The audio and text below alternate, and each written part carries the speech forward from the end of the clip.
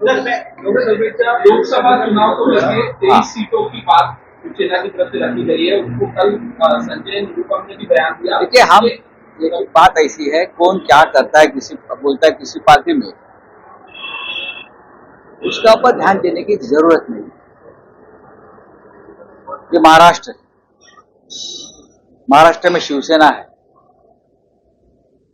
शिवसेना मतलब महाराष्ट्र में सबसे बड़ी पार्टी, कांग्रेस एक राष्ट्रीय पार्टी है। हम उनके राष्ट्रीय नेताओं से हमारी बातचीत चल रही है, चाहे राहुल जी है, सोनिया जी है, खरगे साहब है, वेणुगोपाल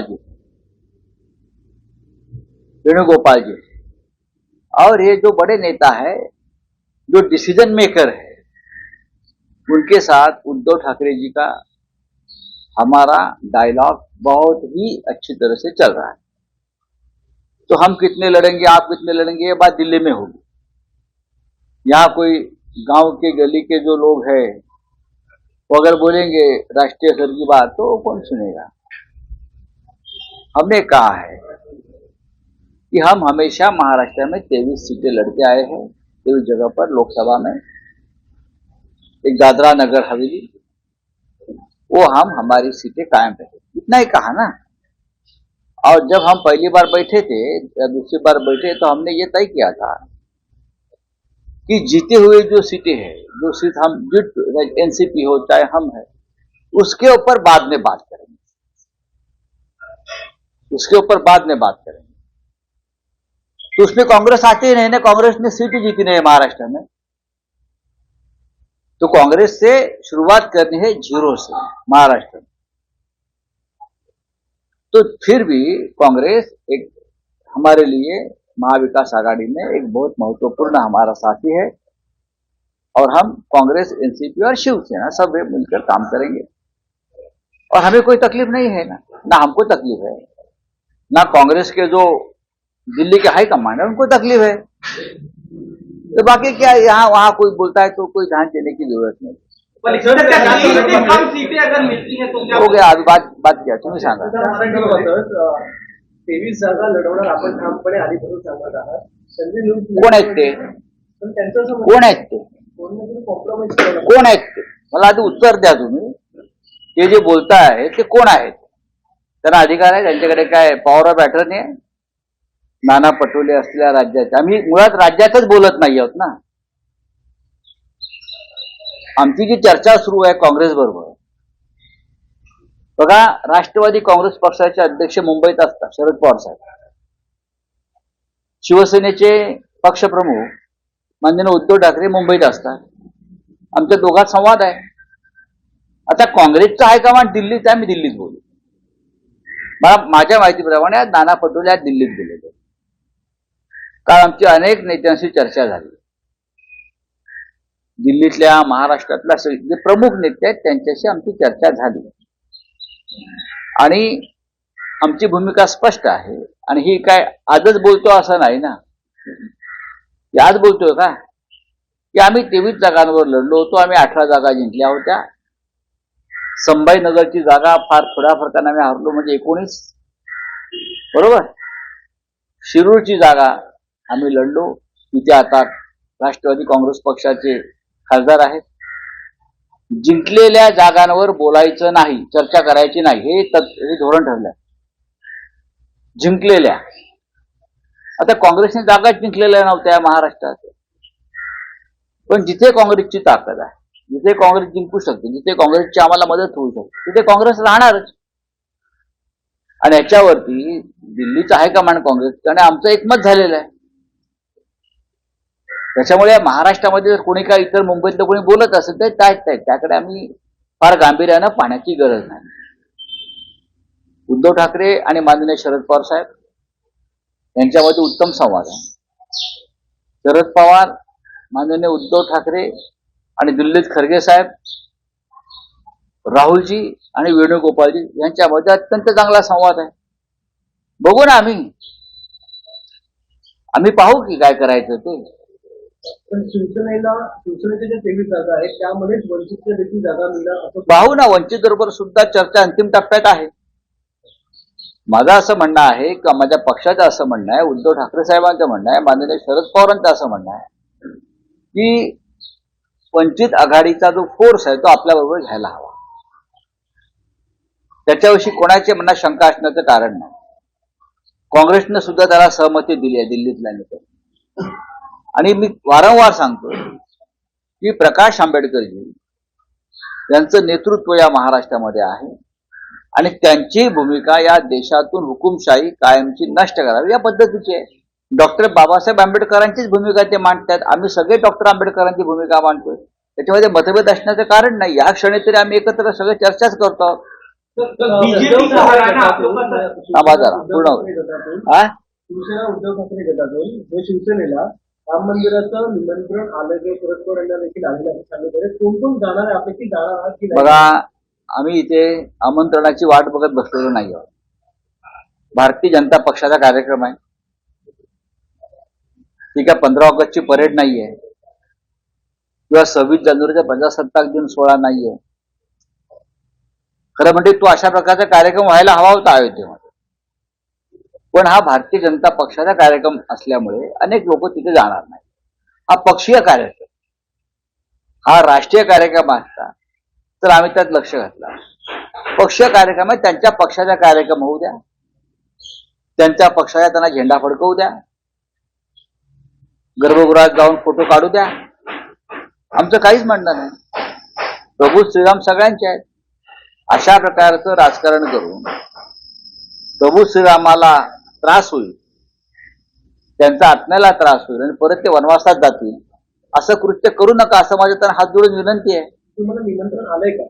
सुप्रिया सुले का बयान आया कि 2 चीजों के बीच में मैंने चुनाव किया, एक स्ट्रगल और दूसरा पावर.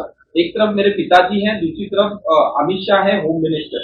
इस तरह का बयान आया सुप्रिया सुले का. तो क्या कहना चाहते हैं कि आप लोगों को भी इस तरह से संघर्ष कर रहे हैं? पूरा देश संघर्ष कर रहा है, पूरा देश संघर्ष कर रहा है ना. जिसे सुप्रिया जी ने कहा ये बात सही है.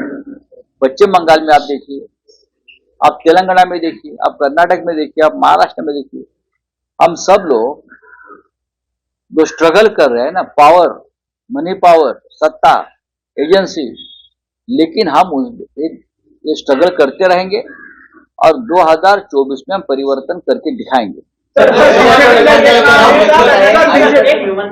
बनर्जी ने कहा है पूरे देश में इंडिया गठबंधन लड़ाई लड़ेगी, लेकिन बंगाल में हम सीएम की नेतृत्व करेंगे. क्या उसी तरह महाराष्ट्र में शिवसेना नेतृत्व करेगी इस लड़ाई का? एक बात ऐसी है, आपका प्रश्न मुझे समझ में आया है. ममता बनर्जी पश्चिम बंगाल में सबसे बड़ी पार्टी है, सत्ता पे है और सबसे बड़ा नेतृत्व पश्चिम बंगाल में ममता जी का है. तो वहां का जो अलायंस होगा इंडिया का, वो ममता जी के साथ बैठकर उनके साथ उनकी भूमिका समझकर करना पड़ेगा.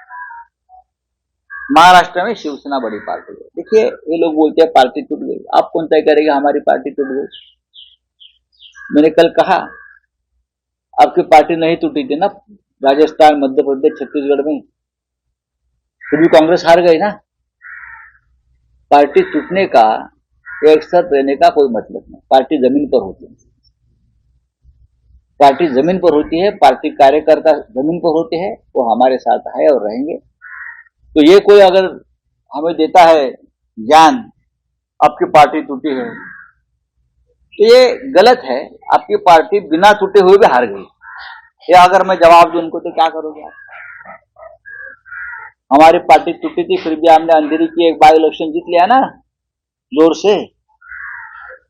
हमारे पार्टी के मदद से हम पुणे की कस्बा की सीट अब जीत गए ना. तो ये महाविकास आघाड़ी का गठबंधन एक मजबूत जोड़ है. हमको एक साथ रहना है और हम एक साथ रहेंगे.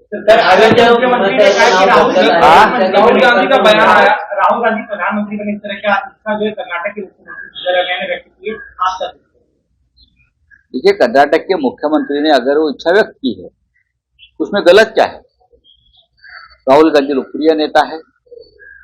राहुल गांधी पूरे देश में जिस तरह से भारत जोड़ो यात्रा, भारत न्याय यात्रा के माध्यम से पूरे देश को जोड़ रहे, लोगों के मन में राज कर रहे।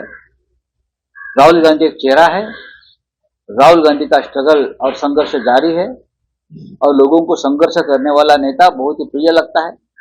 राहुल गांधी झूठ नहीं बोलते, राहुल गांधी प्रामाणिक है, राहुल गांधी देशभक्त है। तो प्रधानमंत्री होने के लिए और कौन से गुण चाहिए? यही तो गुण चाहिए। तो अगर कर्नाटक के मुख्यमंत्री ने बात कही है तो मुझे लगता है उसमें गलत क्या है। लेकिन इंडिया आघाड़ी में हम सबको एक साथ काम करना है और गठबंधन का चेहरा कौन है ये सब हम मिलकर तय करें। राहुल गांधी का बयान आया कि दो पॉलिटिकल पार्टियों में पॉलिटिकल लड़ाई दिखाई जा रही है देश में, लेकिन दो पॉलिटिकल पार्टियों की विचारधारा की लड़ाई तो है ना, उसका गलत क्या विचारधारा की लड़ाई है, अलग अलग विचार हैं दोनों पार्टियों के। इस तरह से एक बोगस नकली हिंदुत्ववाद और नकली देशभक्ति है, ये एक विचारधारा। और दूसरी है कि देश का बचाने के लिए, तानाशाही के खिलाफ लड़ने के लिए एक विचारधारा काम कर रहे, और हम सब है। हम बोगस और नकली नहीं है, हम झूठे नहीं है, हम झूठ नहीं बोलते। सर जर 16 आमदार अपात्र झाले तर त्या सगळ्या 16 आमदारांना एकनाथ शिंदे यांच्यासह भाजपमध्ये विलीन करण्याची तयारी किंवा रणनीती ही भाजपने आखली अशी माहिती दिली। बघा, कोणत्या परिस्थितीत त्यांना अपात्र ठरावंच लागेल, बरोबर आहे। त्यांना कमळाबाईच्या पदराखाली जावंच लागेल, त्यांच्याकडे दुसरा पर्याय नाही। हे शिवसेना वगैरे आमची सगळं झूट आहे, त्यांचं ही नौटंकी आहे। त्या नौटंकीची स्क्रिप्ट दिल्लीतून भारतीय जनता पक्षाच्या नेत्यांनी लिहिलेली आहे। पण हा सिनेमा आता पडेल, जानेवारीच्या पहिल्या आठवड्यापर्यंत हा सिनेमा पूर्णपणे कोसळेल। तेव्हा त्यांना तुम्ही म्हणताय, आमची तीच भूमिका आहे की त्यांना कमळामध्येच विलीन व्हावं लागेल आणि कमळावरचे भुंगे म्हणून त्यांना भुंगू करत फिरावं लागेल कमळाभोवती। स्वाभिमान वगैरे सगळं त्यांचे शब्द, अभिमान, स्वाभिमान, हिंदुत्व हे झूट आहे। अजित पवारांचा गट असेल किंवा एकनाथ शिंदेचा गट असेल, त्यांना भारतीय जनता पक्षाशिवाय चरणाशी बसल्याशिवाय दुसरा पर्याय नाही। त्याच्यावर ही जर ही बातमी तुमच्याकडून येत असेल तर त्या बातमीत तथ्य आहे, कारण शेवटी घटनेनुसार, घटनेतील 10व्या शेड्यूलनुसार त्यांना स्वतःला विलीन करून घ्यावं लागेल, त्यांचं अस्तित्व संपेल। ये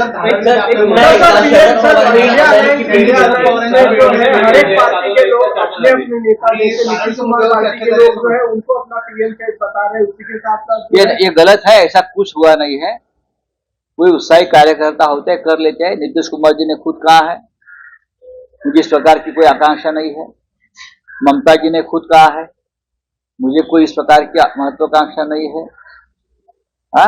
राहुल गांधी जी ने खुद कहा है, खरगे साहब ने कहा है, उद्धव ठाकरे साहब ने कहा है। तो ये कौन ये सब हवा, ये बीजेपी का आईटी सेल है, ये सब करता है।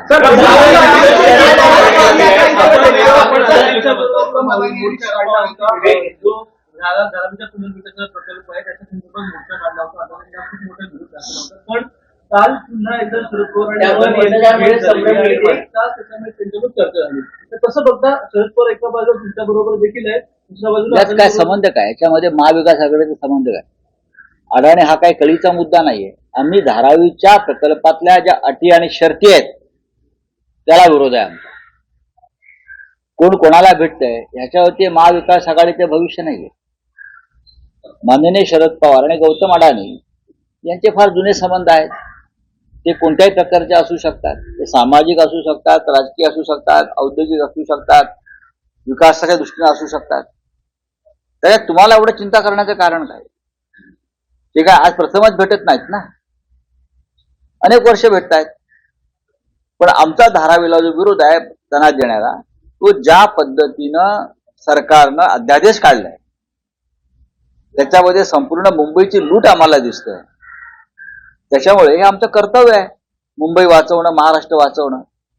आणि शरद पवार साहेबांना सुद्धा ज्या अटी शर्ती निर्माण केल्या त्या सुद्धा मान्य होणार नाहीत। ते सुद्धा सच्चे महाराष्ट्र भक्त आहेत। चला